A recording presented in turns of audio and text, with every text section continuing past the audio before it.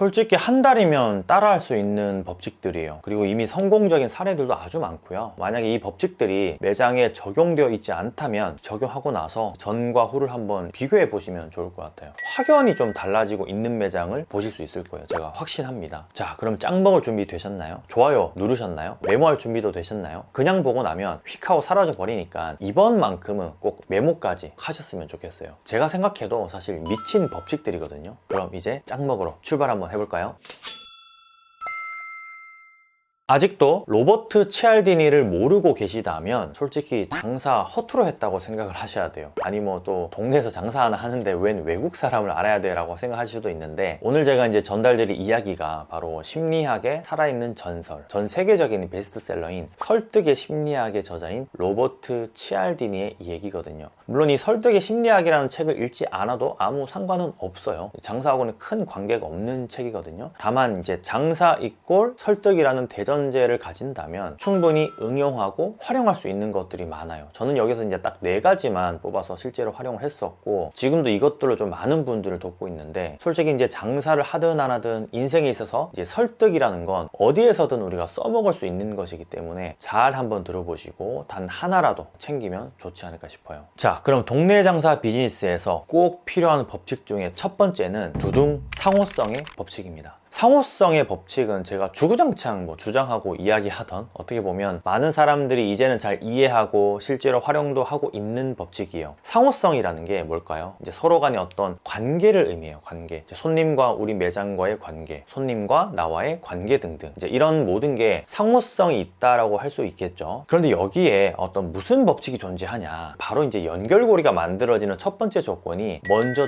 주는 것이라는 거예요. 즉 상호성이 형성되려면 무언가 거래가 있거나 만남이 있거나 인연이 되어야 하는데, 단순히 이제 2만 원에 파는 음식을 손님이 먹고 2만 원을 지불하고 나가면 상호성의 법칙은 없다라는 거죠. 즉 내가 먼저 주면 손님은 인간적으로 아주 조금이라도 미안한 마음, 무언가 보답해야겠다라는 마음 등등 아주 살짝의 빚을 지게 되는 개념이에요. 사실 이런 이야기를 좀 하다 보면 김새는 소리가 여기저기서 좀 들려오는데, 그게 이제 뭔가 하면 짱 먹은 곳들하고 이제 24시간 손님이 없는 식당들하고 이게 차이가 있는 건데, 짱 먹은 곳들을 보면 어찌되었든 손님한테 뭔가로 좀 주려고 해요. 그게 음식이 되었든 서비스가 되었든 아니면 관심이 되었든 말이에요. 그런데 반대의 경우는 뺏으려고 하죠. 어떻게 하면 손님의 지갑에 있는 돈을 빼낼까? 어떻게 하면 1만 원짜리가 아닌 2만 원짜리를 시키게 할까? 어떻게 하면 추가 주문을 좀 더 많이 받아볼까 하고 말이에요. 먼저 주지 않는 곳은 단순히 등가 교환밖에 되지 않아요. 딱 1만 원짜리 1만 원 받고 팔게 되는 거고, 그 이상 그 이하도 아닌 거죠. 일전에 한번 제가 소개시켜드렸던 합정의 이뮤 베이커리 박은지 대표님은 비건 디저트, 우유, 달걀 이런 걸 쓰지 않는 것, 그 디저트를 처음 개발해서 판매를 했을 때 그냥 얼마입니다 사세요 하고 팔지 않았어요. 시식을 하게 했고 피드백을 받아서 계속해서 고쳐나갔어요. 진짜 우리 매장에 올 손님들이 원하는 맛을 찾기 위해서 먼저 주고 받은 거죠. 그 손님들이 아직도 단골이에요. 또 카페 사업으로 연매출 한 50억 이상씩 내고 있는 최 대표님도, 그분이 이제 처음에 족발을 시작하셨는데 첫 족발 장사를 시작했을 때 무료로 족발을 나눠줬어요. 상가 사람들하고 아파트 주민들하고. 삶기는 삶았는데 이제 팔리지가 않으니까 조금씩 소분을 해가지고 동네 사람들한테 맛 보라고 이렇게 돈도 안 받고 이렇게 나눠줬는데, 그 뒤로 이제 입소문이 나면서 승승장구를 했어요. 애덤 그랜트 교수의 책 기브 앤 테이크에서는 특히나 사업을 한다면 기버, 즉 이제 주는 사람이 되라고 강조를 해요. 사업은 사실 급여가 아니기 때문에 손님이든 파트너든 무한대 확장성을 가진다라는 개념을 이해하면 더 크게 성장할 수 있거든요. 상호성의 법칙은 장사에 있어서도 아주 중요한 법칙이라는 건데, 이 부분을 좀 꼭 명심하셨으면 좋겠어요. 어떻게 해서든 손님의 돈을 주머니에서 빼낼 생각보다는 주머니를 조금 더 느슨하게 만드는 거, 그러려면 이 상호성의 법칙을 적용해야 한다는 게 좀 핵심이지 않을까 싶어요. 두 번째, 동네 장사 비즈니스에서 꼭 필요한 법칙은 사회적 증거의 법칙입니다. 사회적인 증거는 아마 앞으로 100년이든 200년이든 계속 될 거예요. 우리가 이제 사회적 동물이기 때문에 어쩔 수 없는 건데, 많은 사람들이 선택하는 걸 따라서 선택하는 걸 우리는 사회적 증거라고 이해를 하면 쉬워요. 선택을 해야 하는 사람 입장에서는 대중의 선택을 따라갈 수밖에 없는 어떤 심리적인 작용이 있는데, 정보가 없잖아요. 정보가 없으면 이렇게 따라하게 돼 있어요. 설령 정보가 있더라도 내가 확실히 알지 못하는 정보면 이렇게 따라하게끔 그렇게 선택을 하는 거죠. 남들이 이미 많이 선택한 걸 신뢰할 수밖에 없는 그런 기본적인 작용을 하는 하는 거죠. 손해보지 않기 위해서 그렇게 하는 거예요. 아니 이제 우리 매장은 그렇게 유명하지 않아서 많은 사람들이 아직은 선택하지 않았는데 라고 생각할 수 있겠죠.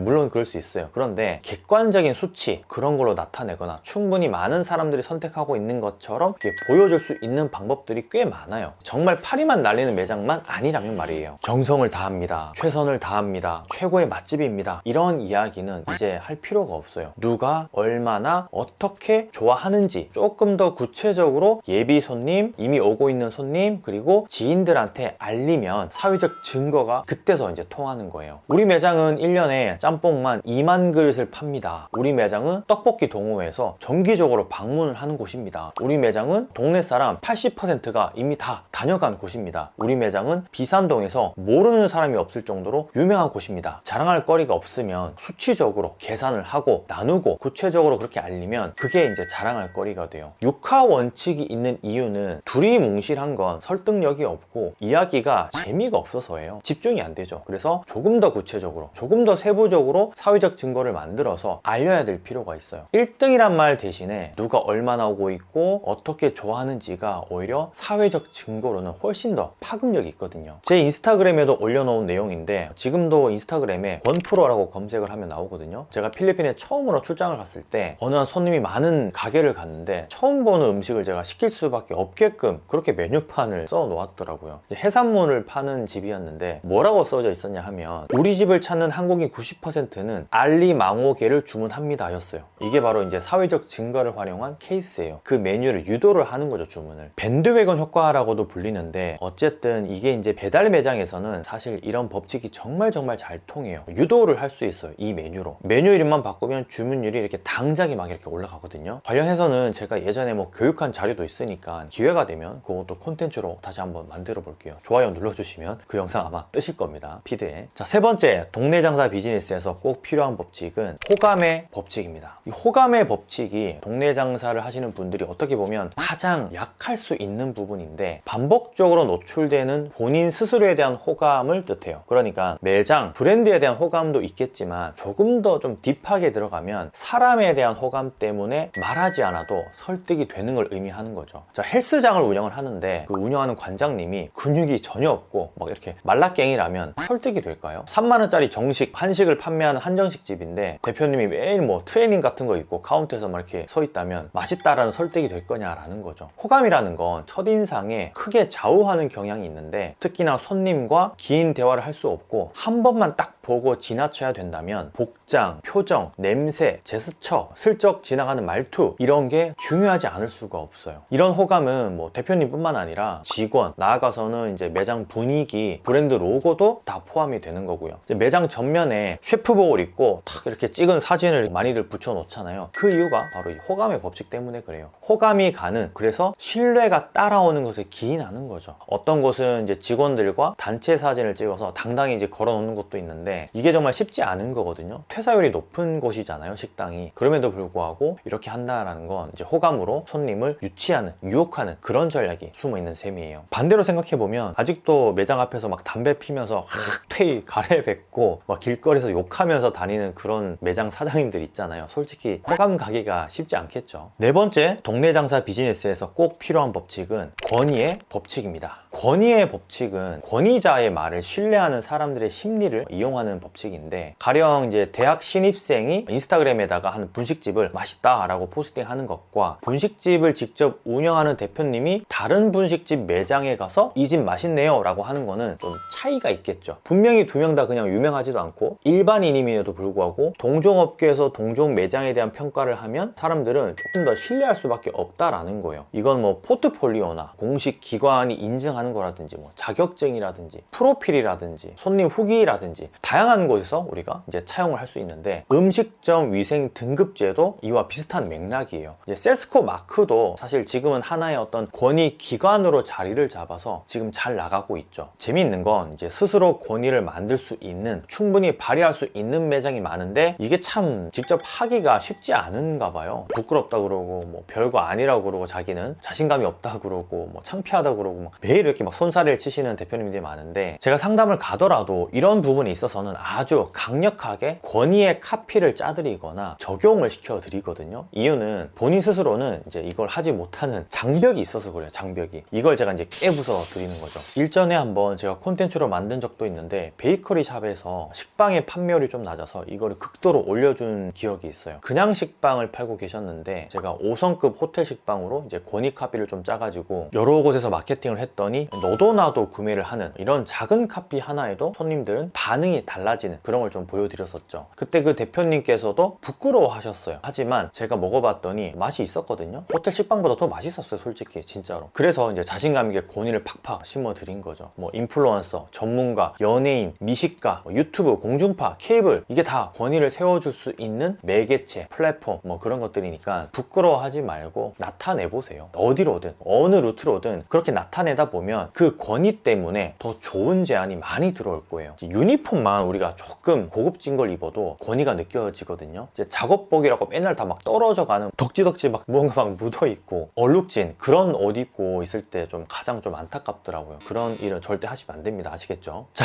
마지막입니다. 마지막 동네 장사 비즈니스에서 꼭 필요한 법칙 5번째는 희소성의 법칙입니다. 이 희소성의 법칙은 원하는 것에 비해서 공급이 부족하면 더 높은 가치를 부여하는 그런 경향을 이야기해요. 하루 20인분만 판매하는 식당이나 뭐 영업시간이 짧은 곳, 정해져 있는 곳, 그리고 뭐 자격 조건이 되어야지 들어갈 수 있는 매장, 뭐 명품샵이라든지 이런 것들 선착순이죠. 요즘에는 할인이나 선물을 모두에게 제공을 하는 게 아니고 시간, 공간, 수량, 자격 요건 이런 걸로 제한을 하는 거죠. 헝거 마케팅이라고 하는데, 이 헝거 마케팅이 실제 외식업에서는 많이 사용이 되는데 한정 수량 메뉴는 늘 인기가 많아요. 외식업에서는. 이제 노원구 상계동의 감동식당은 최초 100인분의 등갈비찜만 팔았어요. 그리고 이제 보문동의 100만원 식당은 스지찜을 하루에 딱 10접시밖에 안 팔았고요. 명동의 하동관은 오후 4시 반이면 그냥 가게 문을 닫아버려요. 더 이상 사 먹을 수가 없어요. 이렇게 이제 희소성을 만들어내면 사람들은 미루지 않고 지금 당장 사야 되네? 지금 당장 먹어야 되네? 언제 가능할지 앞으로도 모르겠네? 라는 그런 심리가 만들어지기 때문에 이제 우리가 장사를 할 때 꼭 한 번은 새겨서 활용을 해보면, 그러면 이제